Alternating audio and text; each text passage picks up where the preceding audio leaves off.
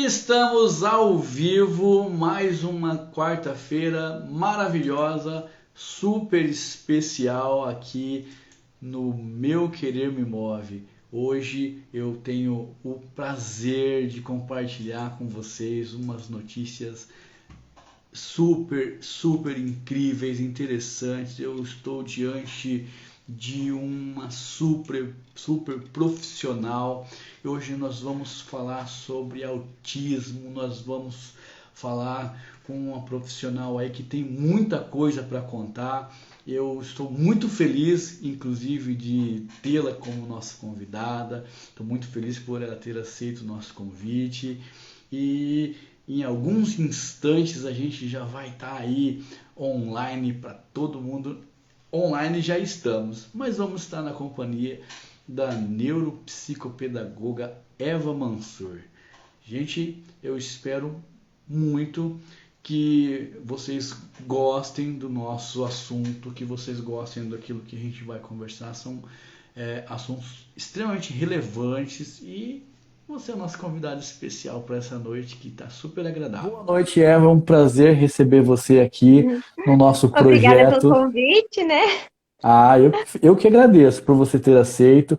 O nosso projeto chama-se Meu Querer Me Move. Aqui a gente conversa sobre empreendedorismo, falamos sobre motivação e nós falamos também sobre diversas profissões, ou seja, pessoas que fazem a diferença na vida das pessoas, né? Então, eu quero muito falar com você sobre diversos assuntos, né, Uhum. que são relevantes e a gente vai fazer agora aqui uma breve apresentação da Eva, que nos deu aí a honra de participar, né? A Eva, que é pedagoga, com especializações em psicopedagogia, neuropsicopedagogia, pós-graduação em educação especial e pós-graduação em autismo. Eu tenho o prazer de estar compartilhando com vocês alguns assuntos, né? E Eva, seja muito bem-vinda. Eu espero que Obrigada. eu espero que Espero essa poder noite seja. contribuir, né, com o projeto. Ah, com certeza. O fato de você estar aqui com a gente já é uma contribuição, porque o assunto que você tem para falar, o assunto que nós vamos conversar hoje é um assunto de extrema importância, de extrema relevância, né, para a sociedade, né? Eu vejo que não, a gente está num meio onde temos muito pouco conhecimento sobre esse assunto e acaba também fazendo com que a gente não esteja preparado para diversas situações, né? Eva, vamos começar então aí a sua apresentação de uma maneira mais técnica, né? Você Sim. é neuropsicopedagoga. O que faz uma neuropsicopedagoga? Então, a neuropsicopedagogia, ela é uma parte, um bracinho da psicopedagogia, né? Sim. Ela junta, é uma ciência que junta um pouco da neurologia, um pouco da psicologia cognitiva e da pedagogia em si. A gente tem bastante aí o estudo sobre o cérebro, o sistema nervoso. A gente tem um conhecimento a mais sobre transtornos, né? Tanto que ajudamos na investigação de alguns, né? Alguns transtornos que um neuropsicopedagogo pode auxiliar, né? O que Mas, ótimo. É interessante. Olha, são profissões, como você falou, essa é uma ramificação, né, um pedaço de outras profissões ainda maiores, né, e que são muito desconhecidas ainda, né, pelas pessoas. E aí, o que que te levou a atuar, a trabalhar, a estudar essa parte da ciência aí? na infância, com as crianças. Então, a minha primeira formação foi biologia. Só que eu sempre tinha tendência a dar aulas particulares para as crianças. E a maioria das crianças que vinham para mim tinham alguma dificuldade. E eu sentia que essa dificuldade ia além da aprendizagem, né? Não é só uma dificuldade escolar. Aí, com o tempo, em 2018, eu acabei me interessando para entender o que estava acontecendo, por que que uma criança tem dificuldade de aprender, e acabei me especializando na área para poder ajudar essas crianças. Aí eu terminei minha pós, falando que eu nunca ia trabalhar com autismo, porque era um tema muito complexo, né? Um tema novo, mesmo que o autismo já tenha sido descoberto há muito tempo, ele ainda é novo pra gente aqui, né? E não deu 3 meses, eu já estava ali trabalhando com autismo e hoje eu só me vejo fazendo essa parte neurológica. Legal. Eu imagino que seja um trabalho muito gratificante, embora que seja também muito desafiador, né, Eva, por conta da complexidade de toda essa situação. Como você falou, é uma condição, né, que já foi descoberta há muito tempo, mas ainda é muito novo, né? Tudo é novidade, as pessoas não sabem como lidar, não sabem como se comportar, se portar diante de uma situação Preconceito dessa, né? também, né? As Muitas pessoas ainda vezes. têm uma visão de que o autismo é aquele transtorno grave, que toda pessoa autista é uma pessoa que não tem condições de fazer, que não tem autonomia. Então, às vezes, quando vão para o consultório e a gente fala sobre autismo, os pais se assustam, as pessoas se assustam e falam que é uma palavra forte. Mas é pela imagem que as pessoas têm, né? Quantos adultos hoje a gente tem que são autistas e são totalmente funcionais, conversam e têm uma vida tranquila, mas não são diagnosticados. Então é um tema realmente difícil de Eu manusear imagino. hoje. Para nós vai ser muito bom aí a nossa conversa, porque eu tenho certeza que você vai contribuir, né? Eu com as minhas curiosidades, né? Normalmente eu tenho algumas e a gente vai contribuir com as pessoas porque eu imagino, eu acredito piamente que não sou o único que tem essas indagações, né? Uhum. Eva, o autismo é uma patologia? O autismo é um transtorno, ele é neurológico, né? A gente não considera que o autismo é uma doença, né? Entendi. A gente não fala assim, aquela pessoa, ela tá com autismo, aquela pessoa, ela é autista, o autismo, ele faz parte da pessoa. Então a gente não fala que é uma doença, tá? É uma patologia, é um transtorno. Ótimo. Então, e aí que a gente vê, né? Por isso que quando eu disse que eu queria conversar com você, você acabou começando já a nossa conversa esclarecendo, né? Porque são vítimas de muito preconceito, né? E é Uhum. como você falou, a gente, embora não saibamos, a gente convive num meio onde existem adultos, né? Que se fala muito de autismo de crianças, né? Sim, Aliás, autismo grave, né? As pessoas têm a imagem de que o autismo ele só tem um nível que é o de grande suporte que a gente chama hoje, que chamavam antes de grave ou de nível 3. ele Mas tem uma classificação, então, de autismo, ele né? tem Como uma que funciona? classificação que vai por níveis de suporte, de quanto que aquela pessoa ela precisa de suporte, de auxílio dos outros, né? Hum. E quem que determina esse nível? Quem é o profissional na sua área que vai dizer que esse nível é um, dois ou três? Ou existe um Não, conjunto tem um de fatores? médico. O médico. Hum, A gente avalia, os terapeutas auxiliam na avaliação. A avaliação ela acontece com psicopedagogos, neuropsicopedagogos, psicólogos, terapeutas ocupacionais, fonoaudiólogos. É uma avaliação multidisciplinar, é uma multi-equipe. Não é só uma pessoa que avalia o autismo e fala, pronto, é autista. Precisa de uma avaliação multidisciplinar. E quem dá o laudo é o médico. Então, o médico depois vai acabar decidindo qual seria o nível de suporte, quantas terapias aquela pessoa precisa fazer, a quantidade de horas. Mas a gente não lauda, a gente dá uma hipótese diagnóstica, né? Uma hipótese do que pode ser.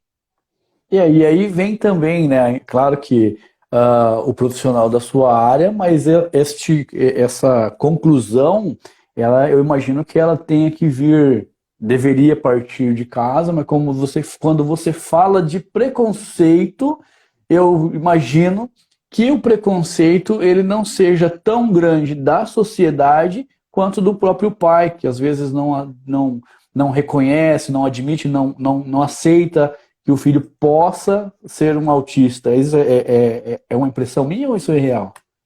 É real, né? Quando a gente dá as devolutivas, é complicado, é difícil explicar para o pai, mas ao mesmo tempo eu também explico, né, as soluções que a gente tem, o caminho que pode ser seguido.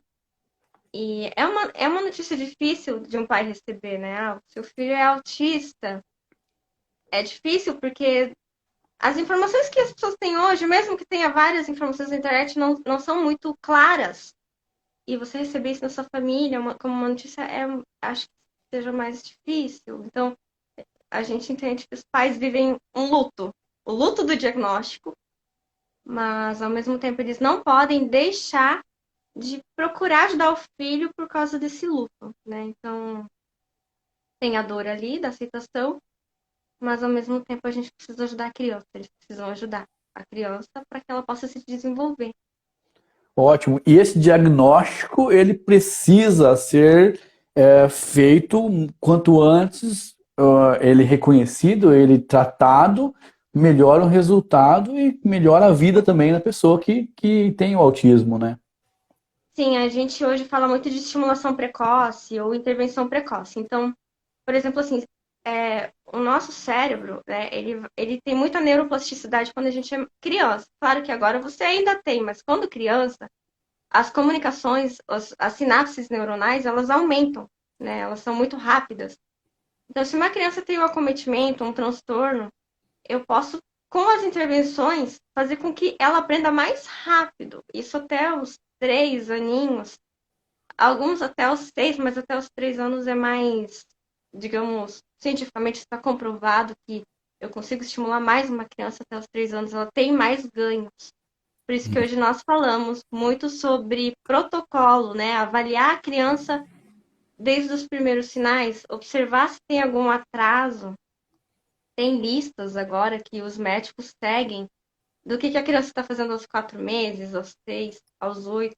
Eu já tenho bebês sendo estimulados no consultório, bebês de 8 anos, de 9, de 11, que nasceram prematuros, né? E a gente avalia se tem algum atraso, faz a estimulação para, se precisar, a gente avaliar depois.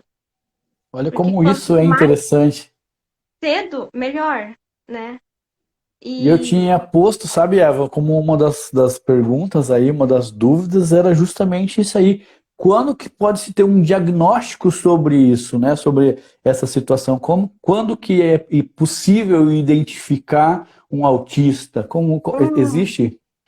existe, assim, há possibilidades de identificar sintomas a partir dos 4 ou 5 meses. Mas é muito raro vir um laudo antes do primeiro aninho. Então, qual é o protocolo? Deu 4 meses, 5 meses, está observando que a criança não faz contato visual, que a criança não está balbuciando, que a criança não está imitando. Então, a gente entra com uma intervenção, vai avaliando os sinais e depois, se precisar, entra com uma avaliação mesmo. Ah, olha só que. E você vê que é uma dúvida, porque eu imagino assim. Eu já tive contato com pessoas que tinham, com crianças, né, que tinham o autismo, e, e algumas mães, alguns pais encaram isso de boa como algo a ser corrigido, algo, né, para ser tratado, algo para ser comentado, né? Enquanto alguns também preferem colocar embaixo do tapete, preferem, sei lá, ignorar a situação sem saber que estão prejudicando a criança, sem saber que isso está retardando o processo de desenvolvimento, né, da criança. Então, quando você me fala isso, para mim, isso acho que é libertador saber que você já consegue ter um diagnóstico tão cedo, né? Ou seja, se você, diante da informação que pode-se ter um diagnóstico muito cedo e que o índice de desenvolvimento potencializa a partir de quando ele é novo, até 3 anos, como você falou, pô, isso aí é esclarecedor, né? Nós tivemos uma pergunta aqui que pede assim, quais são as características do autista acima de 7 anos? Existem perfis a partir de determinadas idades? Na verdade, não. Existem os critérios diagnósticos e as características são diversas. Com 7 anos, o que que a gente consegue olhar, né? Não é geral, gente. Não existe não é que nem uma gripe, febre, coriza, não é assim. Um autista, ele é diferente um do outro. As características aparecem de forma diferenciada. O que nós sabemos hoje é o autismo ele dá acometimento na socialização e no comportamento. Alguns sintomas clássicos, não olhar no olho, não manter o contato visual, uma socialização que não é tão adequada. Uma criança de 7 anos, ela pode estar com os amigos dela, ali, no grupo, mas ela pode estar sozinha ao mesmo tempo. Ela pode somente estar no grupo, ela não está interagindo. Isso que a gente hoje questiona muito no consultório. Qual é a qualidade da interação do seu filho? Ele está ali com os amiguinhos só sentado? Ou ele está ali com os amiguinhos interagindo? E se ele está interagindo, essa temática, o que ele está falando com os amiguinhos, é só do interesse dele? Ou ele se interessa pelos outros amiguinhos, pelos assuntos? Então, aos 7 anos, observe em contato visual. Ele tem amigos? Qual é a qualidade, né, dessa amizade que ele tem com esses amigos? É uma criança que se interessa em sair? É uma criança que se interessa pelos outros? É isso que a gente... Tem algum movimento repetitivo, né? Correr em volta da mesa sem algum motivo aparente, ou fazer o flapping. Claro que tem outros movimentos repetitivos, mas esses são os que a gente mais observa, né, no dia a dia. Isso que Ex- eu Existem essas recomendo para características, criança. né? Tem muito mais. Como você disse. Então, essas são características padrões, né? Essa parte Padrão. da repetição, essa parte do apego com algumas coisas, com o olhar, né? Como você disse, talvez seja uma das partes mais fáceis de identificar, né? Este olhar no olho, né? Este relacionamento social, né? Que você acabou de falar para a gente aqui. Então, independente da idade, essas características elas prevalecem, Eva? Conforme a pessoa ela vai interagindo, ela vai amadurecendo, principalmente mulheres, elas aprendem a mascarar. Então, vou dar um exemplo nas mulheres, elas entram em um lugar, né, uma autista, ela entra em um lugar, ela faz um raio-x do ambiente, observa como as pessoas estão interagindo e ela faz igual. Então, a gente tem muito mascaramento, né? A mulher, ela aprende muito a mascarar. E hoje os diagnósticos estão vindo após várias queixas de ansiedade, depressão, mas no fundo é um autismo mascarado, né? Tentando viver o que ela não é. E no adulto, né? Digamos que não seja a mulher, alguns conseguem sim aprender a olhar no olho, eles conseguem manter o olhar, mas a questão social, a gente vê o acometimento, não gosta de sair de casa, é tímido. Não quer dizer que todo mundo que não gosta de sair de casa é autista, tá, gente? Mas tô dando alguns exemplos. Eu já tive crianças que eu avaliei no consultório, que na hora da devolutiva, o pai ficava assim, nossa, mas eu também faço isso. Eu também não Olha, gosto de toque físico, eu também não gosto de sair, eu não tenho amigos, eu tenho um ou dois, mas eu nem interajo muito. Eu também tenho um pensamento repetitivo, né? Porque existe o pensamento repetitivo que quer alguma coisa e só para de pensar naquilo quando alcança. Então, o autismo no adulto, ele é complexo o diagnóstico, né? Não é que nem na criança, a gente tem que pensar como um todo. Se você tem 28 anos, são 28 anos para avaliar o que você passou em 28 anos.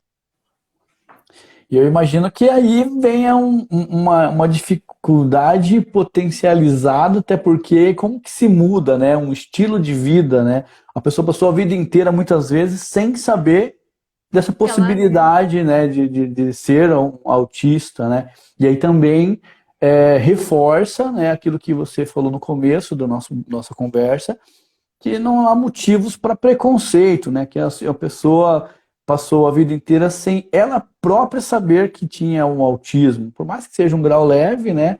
Mas muitas pessoas que talvez tivessem um contato com a mesma pessoa, a partir do momento que faça assim, eu sou autista, talvez é, pudesse mudar o tratamento. né, Não a se cobraria percepção. tanto, né? Exatamente, é uma situação aí que a gente, eu mesmo, eu te confesso que adultos com autismo, eu não tenho, assim, dentro do meio onde eu trabalho, eu nunca identifiquei, eu nunca conversei com alguém que se dissesse eu sou autista, né? E também não deixa transparecer, né, que é autista. Também não é algo que vai mudar, especialmente na questão do relacionamento, né? Eva, existe um tratamento ou um acompanhamento específico para os pais, né, saberem lidar com essa situação? Às vezes, igual a gente está falando sobre pais, né? Mas o pai, sabe que ele tem esse acompanhamento profissional? Ele tem. A gente sugere sempre que os pais, né, se eles façam uma orientação parental, tanto que eu faço no consultório, é uma orientação com os pais, um treinamento com os pais, de como eles podem lidar com as situações, como eles vão treinar o filho em casa, como eles vão tratar o filho em casa. Porque não adianta e eles só levarem na terapia e o terapeuta resolve. Uhum. 80% do resultado de uma criança autista estimulada é de casa, né? O terapeuta tem a parte dele, o terapeuta ensina os pais, a orientação parental. Então, todos os terapeutas precisam orientar os pais do que fazer em casa. Por exemplo, assim, ai, pai, seu filho não olha no olho, então eu vou te dar uma dica. Faz isso em casa. Faz tantas vezes. Filma pra mim você fazendo. E os pais fazendo essa orientação, seguindo essas dicas, a evolução do filho é muito mais rápida, né? Então, ele tem uma chance de ter alta muito mais rápida das terapias. A dinâmica de aprendizado ela é diferente, né? Toda criança a gente precisa repetir muito, né? Eu sou pai e eu repito muito, sabe? O óbvio precisa ser dito milhões de vezes, né? No autismo, a gente fala que o autista aprende por repetição, né? Eu tenho que ficar ali, ó, contato visual. Tanto que eu sempre posto no meu IG as terapias que eu tô fazendo. Várias vezes, inúmeras vezes, eu tô lá com a bolinha de sabão. Mas a bolinha de sabão é um brincar funcional que tem uma função extraordinária, né? A criança tá olhando no meu olho, a criança tá apontando para estourar as bolinhas, então eu tô ensinando ela a apontar. A criança ela começa a ter expressão facial porque ela começa a rir, ela se expressa, ela pode soprar. Olha quantas coisas essa criança está aprendendo com uma bolinha de sabão. Então a gente fala para os pais: leva a bolinha de sabão para casa, senta no tapete, meia hora de bolinha de sabão, nossa, vai estimular muita coisa, né? E Uhum. não é só o nosso brincar.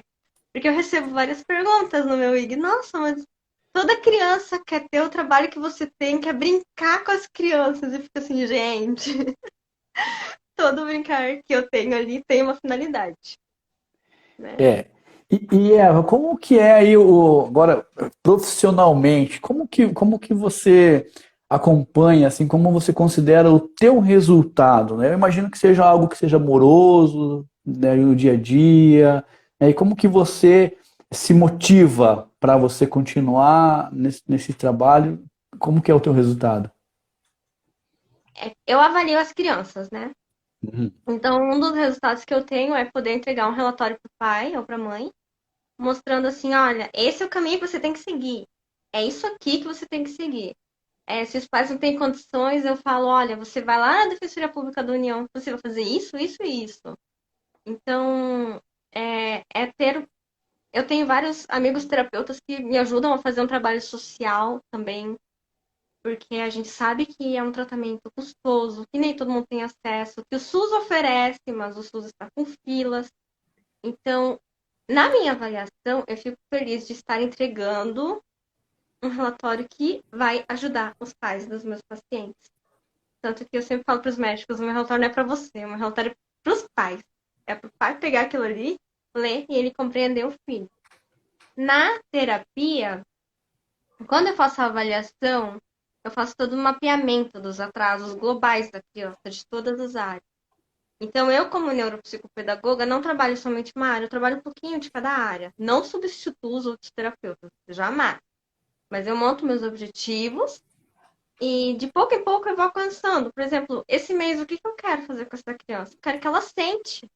Eu quero que ela aprenda a sentar, que ela aumente o tempo de sentar. Eu quero que ela olhe no olho. Então, eu hoje entendo que é um trabalho lento, mas que traz resultados. Então, eu não me cobro a ponto de querer que seja muito rápido, mas eu sei que em determinado tempo essa criança vai me mostrar os resultados. Isso motiva muita gente, porque os pais ficam felizes, né?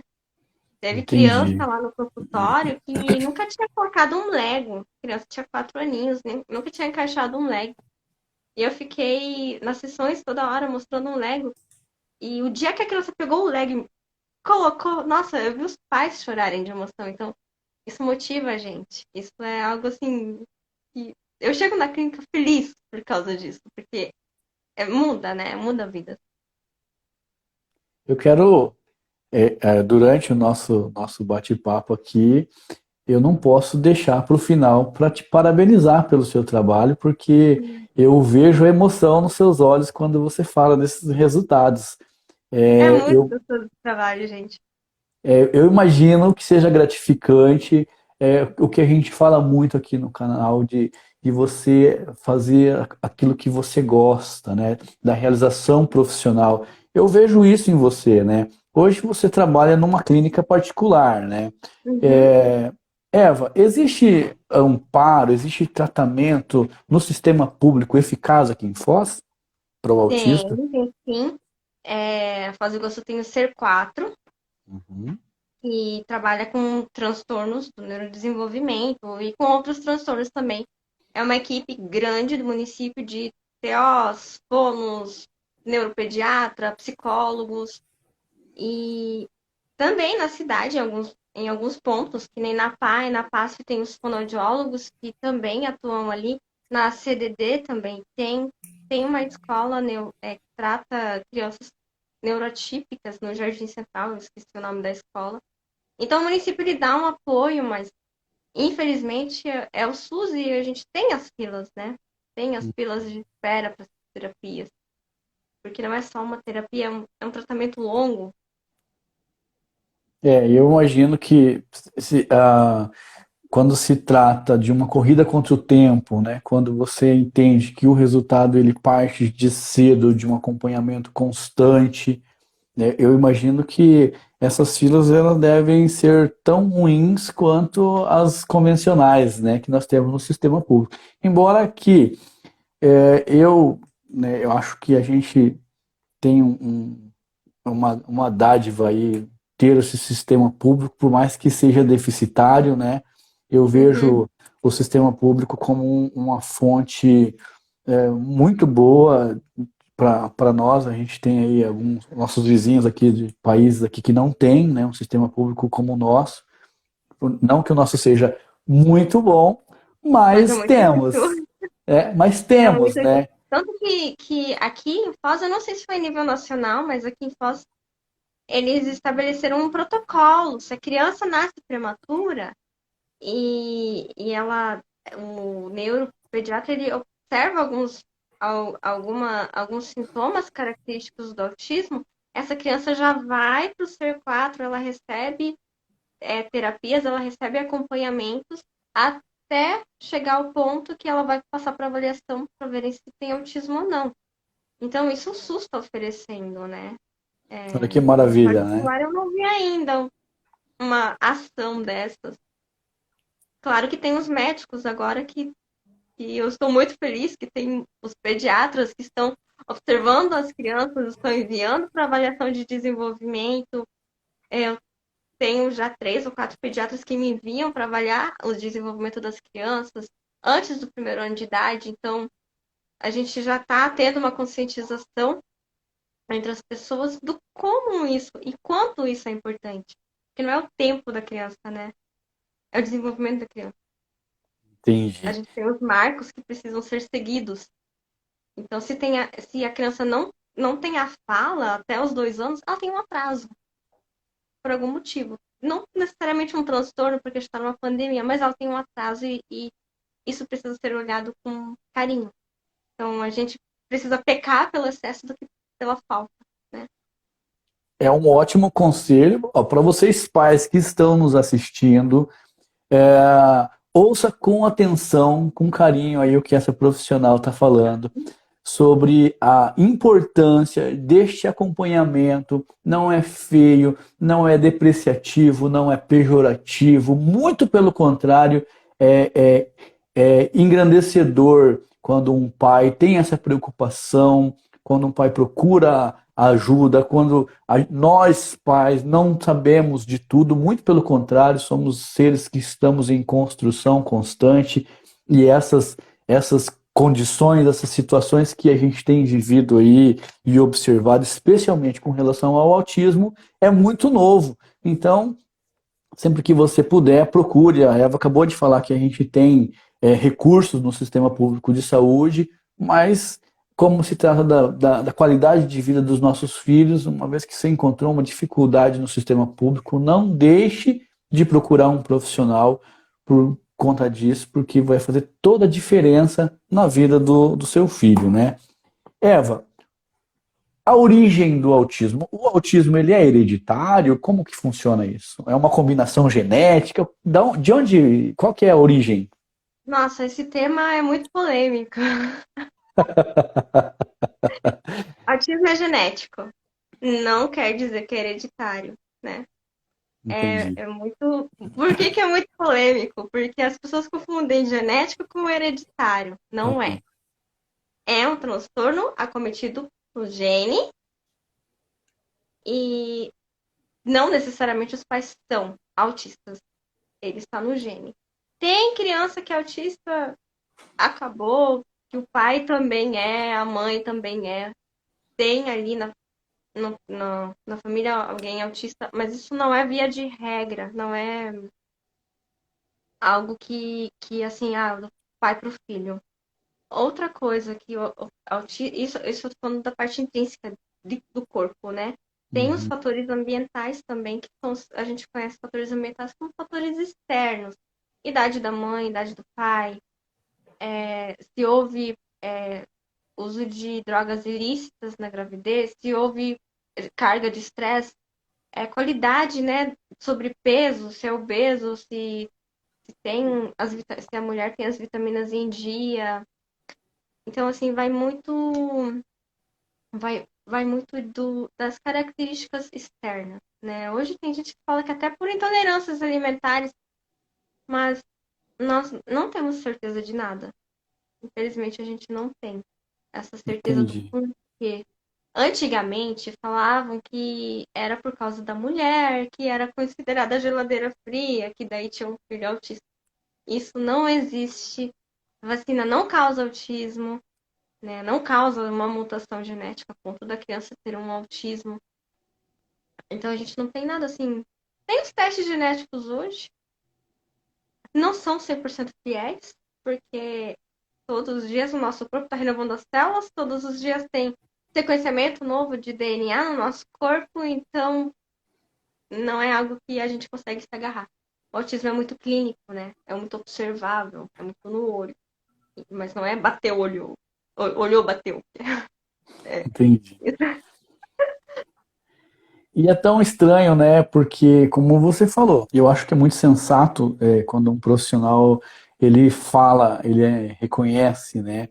Que não sabemos, não temos a resposta, né? É muito mais sábio do que estabelecer alguns padrões aí que não existem, né?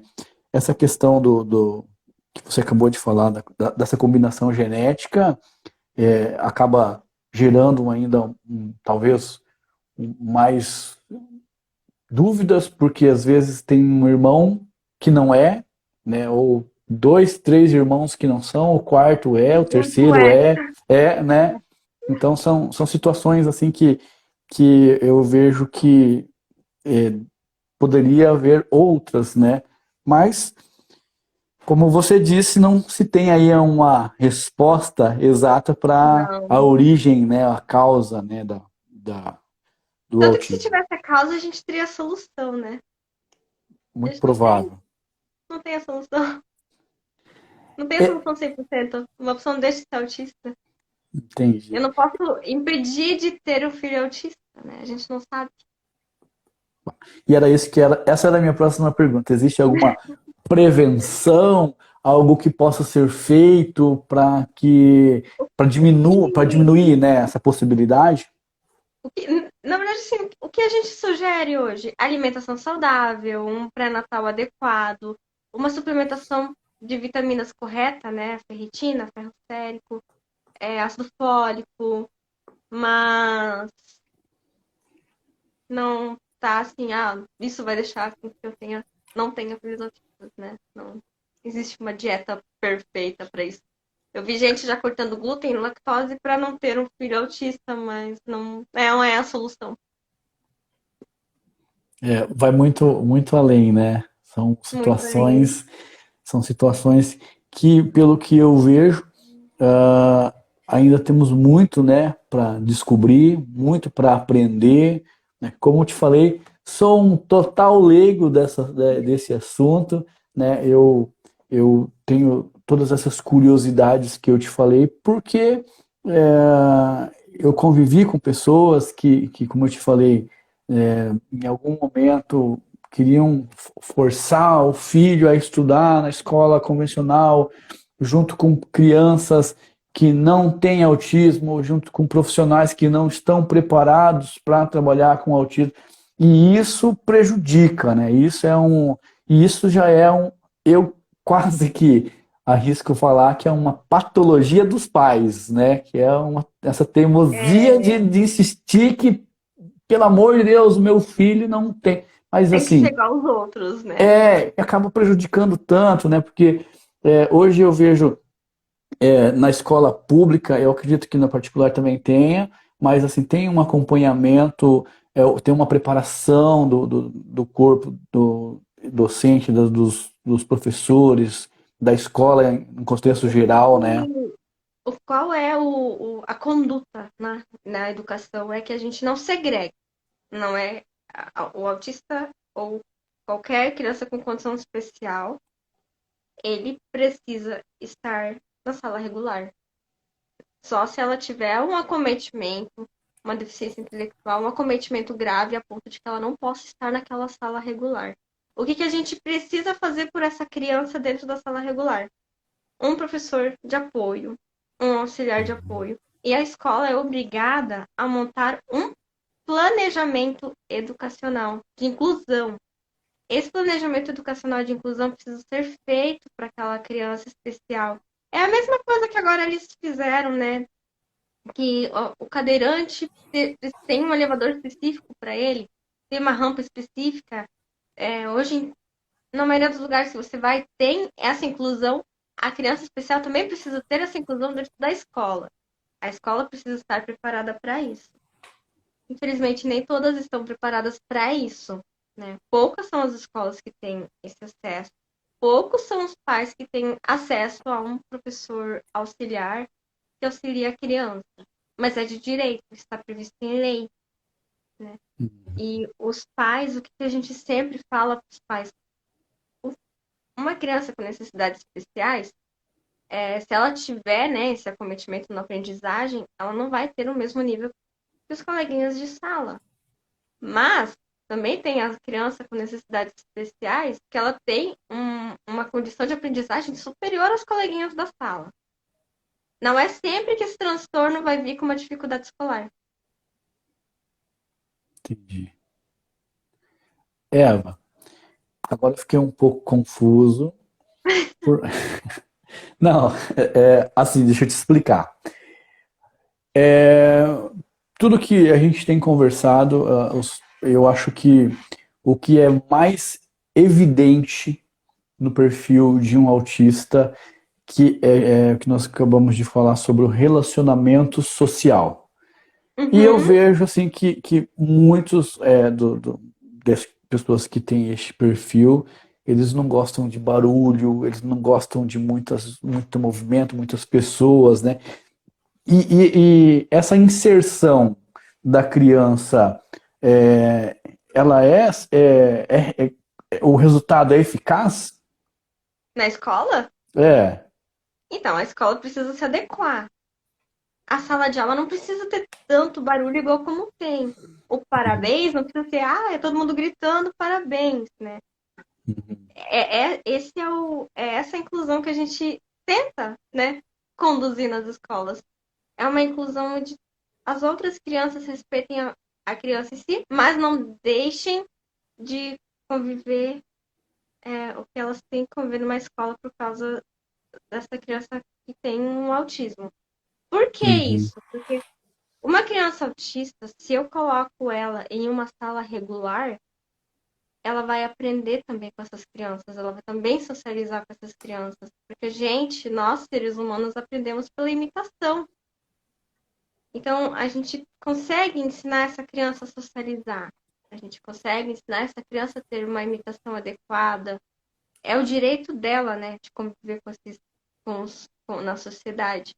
Então, quanto à questão de barulho, existem terapias hoje que auxiliam muito nisso. Um terapeuta ocupacional com integração sensorial, que é o que a gente indica sempre, né, para uma criança que tem alterações sensoriais, ele consegue ajudar nessa parte, nessa questão de barulho, nessa questão de Uhum. busca sensorial. Então, um tratamento adequado para uma criança vai ajudar tanto ela em todas essas áreas, e a escola também entra com o seu papel educacional, né? Com o seu projeto, com o seu planejamento. Cada criança especial é um planejamento escolar diferenciado. Então, foi justamente por conta disso, né? Você me falou da diversificação que existe com relação aos perfis, né? Cada caso é um caso, cada um tem uma Eu vou dar personalidade. um exemplo bem clássico. Não sei se todo mundo aqui já prestou concurso público, eu já prestei. E não só concurso público, o Enem em si, você precisa responder o formulário. E está escrito ali no final. Você é portador de deficiência? Né? Que a gente não usa mais esse tema hoje, mas nos formulários está escrito, você é portador de deficiência? Aí você coloca sim. Qual é a sua dificuldade? Ah, sua dificuldade é na visão? Então vai vir uma prova grande para sua visão. Isso é uma inclusão. Isso é um planejamento. Né? Nos concursos, nas provas do governo, a gente tem isso. No Enem, já tem gente que eu vi com uma prova 5 vezes o tamanho da folha do Enem. Isso é uma inclusão. Então, é isso que eles vão fazer pelas crianças que estão na escola, né? Fazer diferenciado. Já teve casos que eu identifiquei uma síndrome diferenciada numa criança. Ela não consegue ler na folha sulfite em branco, então a escola se adequou a ela, começou a imprimir as provas dela em papel reciclável. Olha só. Isso é uma inclusão, né? Não é algo assim que, nossa, preciso fazer muitas coisas. Do mesmo jeito que a criança na terapia a gente começa com objetivos pequenos, a escola também começa. Claro que a gente não está jogando um papel grande para a escola, né? E assim, eu, assim como você, que vejo uma profissional muito envolvida com o resultado, né? Você vive isso, você sente, né? Isso aí é evidente, né? Existem também muitos professores, né, que estão ali na linha de frente, né, que estão diante de situações onde o pai ou não viu ou não quis ver, não tem um laudo, não tem uma verificação, e às vezes o professor, né, tem essa iniciativa ou tem essa missão de dizer para o pai, ó, vamos procurar um profissional aí para melhorar o desenvolvimento do seu filho. E eu tenho visto que tem muitos professores que têm esse talento, né, esse quase que um dom, né, para conduzir a situação da melhor maneira possível. Então, não é à toa uma das profissões que eu mais considero, mais respeito, mais admiro, é a profissão do professor, e do professor que tem essa vivência, né, Eva, que tem essa empatia, esse altruísmo todo aí, que traz para si, né? Aqui, 70% das crianças que vão para a investigação é a escola que mandou. E a escola já manda com um relatório. Não socializa, faz isso, faz isso. Não fala só de autismo, de qualquer outro, TDAH, qualquer outro transtorno. A escola que envia para os pais um relatório e fala: olha, tá acontecendo isso com seu filho, procure um médico, um neuropediatra, procure a avaliação de uma psicopedagoga, de uma neuropsicopedagoga. Então, estão tendo um olhar mais sensível para isso. Eu fico muito feliz que diariamente eu tenho mensagens de professoras do município que vêm e me perguntam o que eu posso fazer com essa criança? O que a gente pode fazer? Então, o engajamento das professoras em ajudar essas crianças é muito assim, é emocionante, porque é uma professora com 30 alunos. Não é uma psicopedagoga com um paciente no consultório. Então, olha a carga, olha que é fantástico, assim. E ultimamente eu também recebi mensagem de professoras me perguntando qual posso fazer para ajudar na sala de aula. Olha que lindo. É interessante, né? É o envolvimento. Então, realmente tem que gostar muito para fazer isso. E aí, né, Eva, olha só, como você falou, né, uma professora com 30 alunos diante de um profissional neuropsicopedagogo que tem um aluno para fazer toda essa verificação. Só que ainda tem um agravante, porque este um aluno que está com o neuropsicopedagogo, ele já tem um diagnóstico da família, já tem um reconhecimento da necessidade de tratamento. Quando está na escola, eu imagino a dificuldade que isso deve ser para um professor, né, para fazer essa abordagem, para dar o pontapé inicial, para dizer, ó, pai, precisa fazer isso, né? Porque até então, né, como essas conversas, esses assuntos que eu estou tratando com você, são realidades que eu vivenciei com colegas, pessoas que não queriam que o filho fosse visto diferente, portanto não aceitavam qualquer tipo de tratamento, qualquer tipo de não diferente, dicas, exatamente, né? Então se sentiam constrangidos ou às vezes afrontados ou ofendidos por conta disso. Mas estão de parabéns os professores, todos os professores, né? Especialmente da rede pública que não são tão reconhecidos, talvez nem sejam reconhecidos pela grandiosidade, né? Que tem esse trabalho feito logo no começo da vida acadêmica, no começo criança, né? de uma criança, né? Então, eu acho muito lindo isso aí. Mas estamos chegando no final, quero te fazer mais umas perguntinhas aqui, rapidinho. Como que é o adulto autista, Eva? Como como você é psicopedagoga, imagino que você não tenha, mas na clínica vocês atendem adultos autistas também? A gente ainda não tem nada especial para adulto autista, né? Muitas vezes os pais, quando eles fazem anamnese com a gente, fazem a devolutiva, se a gente observa que esse pai possui características, a gente encaminha para fazer, né, a avaliação. Em breve, provavelmente, a Blua vai ter, mas o caso de um adulto que esteja suspeitando que seja autista, a gente encaminha para uma neuropsicóloga fazer uma avaliação. Os neuropsicólogos são os mais adequados para fazer isso. E alguns psicólogos aqui em Foz também estão se capacitando para avaliar o autismo em si, em adultos. E como que é o desenvolvimento do tratamento, como que é o resultado? É muito diferente do resultado das crianças? No adulto, depende do acometimento, né?